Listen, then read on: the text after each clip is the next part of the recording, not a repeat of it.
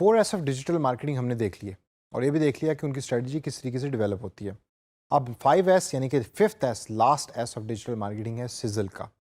आप में से कुछ लोग कभी ऐसे एक रेस्टोरेंट में गए होंगे कि जहां आपने खाना ऑर्डर किया और जब वेटर आपका खाना लेकर आ रहा है तो एक ऐसी डिश में उसने आपका खाना डाला हुआ है कि जिसमें से वो की आवाज़ आ रही है। That's called the sizzling effect. आप इसी तरीके से डिजिटल मार्केटिंग की जब आप स्ट्रेटजी बना रहे हैं, आप उसमें तमाम चीज़ें एंटर कर दें, प्रोफेशनलिज्म डाल दें, बड़ी खूबसूरत और सेविंग स्ट्रेटजी बना दें, लेकिन जब तक उसमें सिजलिंग इफेक्ट या सिजलिंग फैक्टर नहीं होगा, आपकी स्ट्रेटजी कभी भी कामयाब नहीं होगी। इसीलिए 4 पीस ऑफ मार्केटिंग के साथ साथ जब मैं 5S ऑफ डिजिटल मार्केटिंग पढ़ा रहा हूँ, तो उसमें जो सिजल वाली स्ट्रेटजी है उस पर आपने एंड में सबसे ज़्यादा फोकस करना है और अपने तमाम स्टेक होल्डर्स को उसके अंदर इंक्लूड करें। और कोई भी स्टेक होल्डर का मतलब है वो तमाम क्लाइंट के लोग या कंपनी के लोग कि जो उस पर्टिकुलर स्ट्रेटजी का हिस्सा होंगे, उनको हम स्टेक होल्डर कहते हैं। अब डिजिटल मार्केटिंग की स्ट्रेटजी, सिजलिंग स्ट्रेटजी कैसे बन सकती है?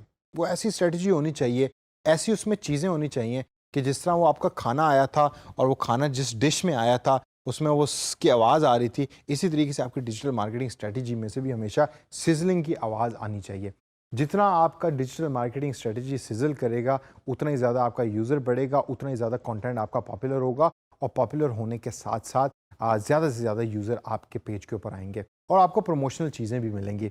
अब मैं रिसेंटली अगर एक एग्जांपल दूं तो एप्पल ने अपना एक न्यू फ़ोन, आईफोन की नई सीरीज़ लॉन्च की है और उस सीरीज़ का जब वो फ़ोन लॉन्च हुए तो उन्होंने वो फ़ोन्स डिफरेंट जो सेलिब्रिटीज़ हैं यूट्यूब के ऊपर, उनको वो फ़ोन दिए हैं या उन सेलिब्रिटीज़ ने वो फ़ोन ख़रीदे हैं और उसके बाद अपने पेज के ऊपर जाके उन्होंने उसके रिव्यूज़ पोस्ट किए हैं। तो within a week millions of views लोगों ने दिए हैं उन वीडियोज़ को कि जिन्होंने आईफोन को रिव्यू किया है या आईफोन के अनबॉक्सिंग वीडियो को यूट्यूब के ऊपर अपलोड किया है।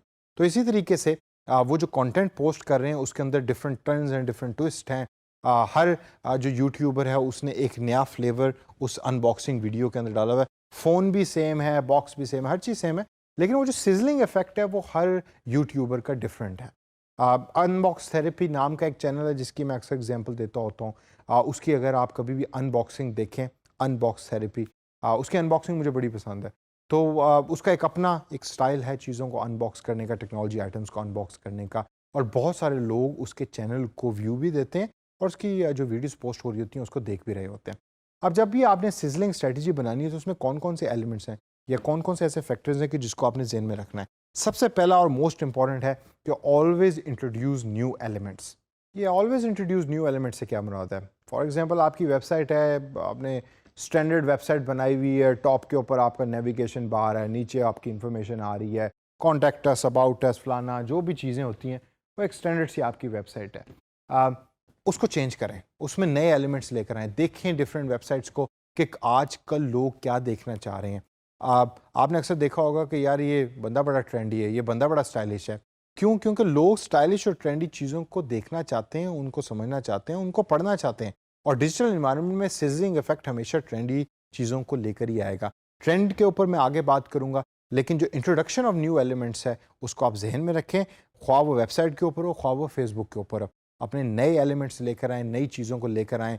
आप हो सकता है आपके वेबसाइट को किसी ने लॉगिन किया है, उस पे वेबसाइट के ऊपर विजिट किया है तो एकदम एक ऐड चलना शुरू हो गई है। डिजी स्किल्स की अगर आप वेबसाइट को देखें तो आप नोट करें, जब आप digiskills.pk लिखते हैं तो जो मेन पेज, जो लर्निंग पेज आपका होता है उस पर पीछे एक वीडियो चल रही होती है। उसकी ऑडियो तो नहीं आ रही लेकिन वो वीडियो आ रही है, तो वो एक बड़ा अच्छा आपको एक इफेक्ट दे रही होती है। That's a new element which they have added in the website. Second point जो है वो है एक्साइट एंड एंटाइस। अपना जो यूज़र है उसको एक्साइट करें। वो चाहता है कि वो आपके कंटेंट को पढ़े, वो चाहता है कि वो आपके कंटेंट को देखे, उसको रेगुलरली विजिट करे, लेकिन अगर उसमें कोई एक्साइटमेंट नहीं है तो वक्त के साथ साथ कोई ना कोई ऐसा आपका कंपेटिटर आ जाएगा कि जो उसी कंटेंट को अच्छे तरीके से एक्साइटमेंट के साथ प्रेजेंट कर रहा है, और जब वो करने लग जाएगा तो आपका यूज़र फिर आपसे हट के उस पर्टिकुलर नए यूट्यूबर या नए फेसबुकर के पास चला जाएगा और आप अपना यूज़र जो है वो खो देंगे। और एक दफ़ा यूज़र जब आपका चैनल खो रहा है तो it's very difficult to bring back that user. जो मैंने आपको पहले भी एक सेशन के अंदर एग्जांपल दी थी, वो पेज कि जो लिंक पोस्ट करता था और जब भी मैं उस लिंक पे क्लिक करता था तो वो कंटेंट रेलेवेंट नहीं होता था जो उस लिंक में लिखा होता था। तो इसी वजह से जब भी कोई चीज़ आप बना रहे हैं तो उसमें सिजलिंग इफेक्ट डालने के लिए हमेशा एक्साइटमेंट का फैक्टर हो, एंटाइसमेंट का फैक्टर हो, लोगों को आप बताएं कि ये चीज़ जो हम कर रहे हैं हम खुद भी एक्साइटेड हैं करने के लिए। अगर आपने कोई वीडियो लॉग बनाते हैं, आप वी लॉगर हैं और आप गिलगित बल्तिस्तान गए घूमने फिरने के लिए, तो आपकी वीडियो से लगना चाहिए कि ठीक है वो जगह खूबसूरत है लेकिन आप खुद भी एक्साइटेड हैं वहाँ, और उस वीडियोस को लोग देखें, उसका कंटेंट फ्रेश होना चाहिए और लोग उसको देखकर ये चाहें कि यार हम भी उस एरिया को विजिट करें और हम भी उसकी ब्यूटी के साथ या ब्यूटी से मुस्तफीद हों। तीसरे नंबर के ऊपर ब्रांडिंग। अक्सर डिजिटल मार्केटर्स हैं वो ये समझते हैं कि डिजिटल मार्केटिंग के अंदर ब्रांडिंग का कोई बहुत बड़ा रोल नहीं है, ये पुराने ज़माने की बातें होती थी। ऐसा बिल्कुल नहीं है। Branding is still relevant, branding is still important. आप अगर एक ब्रांड नहीं बना रहे तो आपके चांसेस बहुत कम हैं कि आप डिजिटल इन्वायरमेंट में सक्सेसफुल हो सकेंगे। इसी वजह से जब भी आपने कोई भी ऑनलाइन पेज बनाना है या ऑनलाइन वेबसाइट बनानी है, ऑनलाइन बिजनेस सेटअप करना है, तो उसका ब्रांड का जो पूरा एक थीम है, वो ब्रांड का थीम इंटरकनेक्टेड होना चाहिए। जो आपकी वेबसाइट की कलर है, एलिमेंट्स हैं, वो ही आपके फेसबुक में भी रिफ्लेक्ट कर रहे होने चाहिए। आप किसी भी बड़ी कंपनी का उठा के देखें, उसका पेज देखें फेसबुक का, उसका लिंक्डइन का पेज देखें, उसका ट्विटर का पेज देखें और उसकी वेबसाइट देखें, आपको वो तमाम चीज़ें आपस में इंटरकनेक्टेड लगेंगी। उसके कलर्स आपको इंटरकनेक्टेड लगेंगे, एक ही तरह के लगेंगे, ऑप्टिमाइज्ड हैं।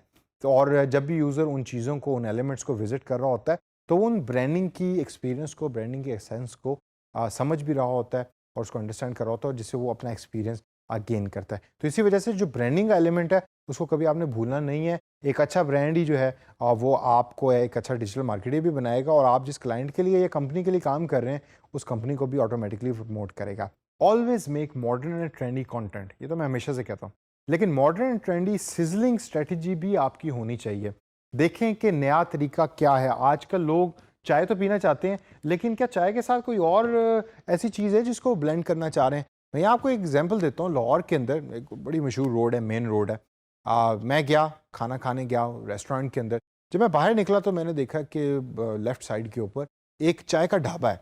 वो एक नॉर्मल ढाबा है जिसमें प्याली के अंदर वो चाय को सर्व करते हैं, लेकिन उनकी सर्विंग स्टाइल इतनी अच्छी थी कि मैं वहाँ गया और मैंने 200 रुपये चाय के कप के पे किए।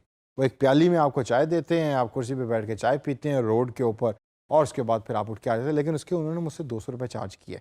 अब वो एक्सपीरियंस जो था वो बहुत अच्छा था। एक तो मौसम भी उस दिन बहुत अच्छा था, लेकिन उसका चाय बनाने का स्टाइल, फिर जिस तरीके से उसको प्याली में डाल रहे हैं, ओवरऑल जो लोग वहाँ बैठे हुए थे, जो म्यूज़िक था, जो एम्बियंस था, और वो चूँकि मेन रोड पे था तो उसकी एक अपनी फीलिंग आ रही थी। तो वही चाय का कप कि जो आपको एक स्टैंडर्ड ढाबे से मिलता है और बेताशा ढाबे आपको रोड के गिर्द नज़र आते हैं जो शायद आप कभी जिसके ऊपर तवज्जो भी नहीं देते, उसी चाय को कप को उन्होंने मॉडर्न और ट्रेंडी किया और लोग उनको 200 रुपये देते हैं, और वहाँ अच्छा खासा रश था और लोग वेट कर रहे थे कुर्सी के लिए, टेबल के लिए। इसी तरीके से आप में तो जो लोग जीटी रोड पे रेगुलर ट्रैवल करते हैं, वहाँ अगर आप देखें तो मैकडॉनल्ड्स जो है वो साहिवाल के करीब ओपन हुआ है जिधर बेतहाशा रश होता है। अब बंदा ये कहता है कि यार साहिवाल के करीब जीटी रोड के ऊपर उस जगह के ऊपर मैकडॉनल्ड्स खोला है, ये तो कभी चलेगा ही नहीं। लेकिन वहाँ आप जब भी जाएं तो देखते हैं कि वहाँ इतना रश है, लोग हैं, लेकिन their professionalism is still the same. So it's modern and trendy and people know that we want a clean food, so they actually go to McDonald's.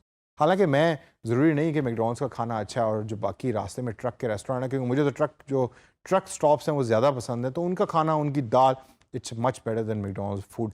लेकिन मॉडर्न एंड ट्रेंडी वही चीज़ जो आप प्रेजेंट कर रहा है, आपका कंपेटिटर प्रेजेंट कर रहा है एक अपने अंदाज के अंदर, उसको मॉडर्न बनाएं, उसको ट्रेंडी बनाएं और देखें कि वो आपका यूज़र जो है उसको किस तरीके से पढ़ना चाह रहा है।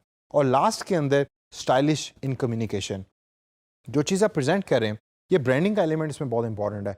एक बिलबोर्ड आपने लगाया, अपना डिज़ाइन आपने बनाया, डिजिटल बिलबोर्ड जिसको हम कहते हैं, वो अगर स्टाइलिश नहीं है तो वो उसकी कोई अट्रैक्शन ज़्यादा नहीं होगी। इसी तरीके से जब आप कम्युनिकेट कर रहे हैं अपने यूज़र के साथ, उसको भी स्टाइलिश बनाएं, उसको देखें कि आपका यूज़र किस तरीके से बात करना चाह रहा है।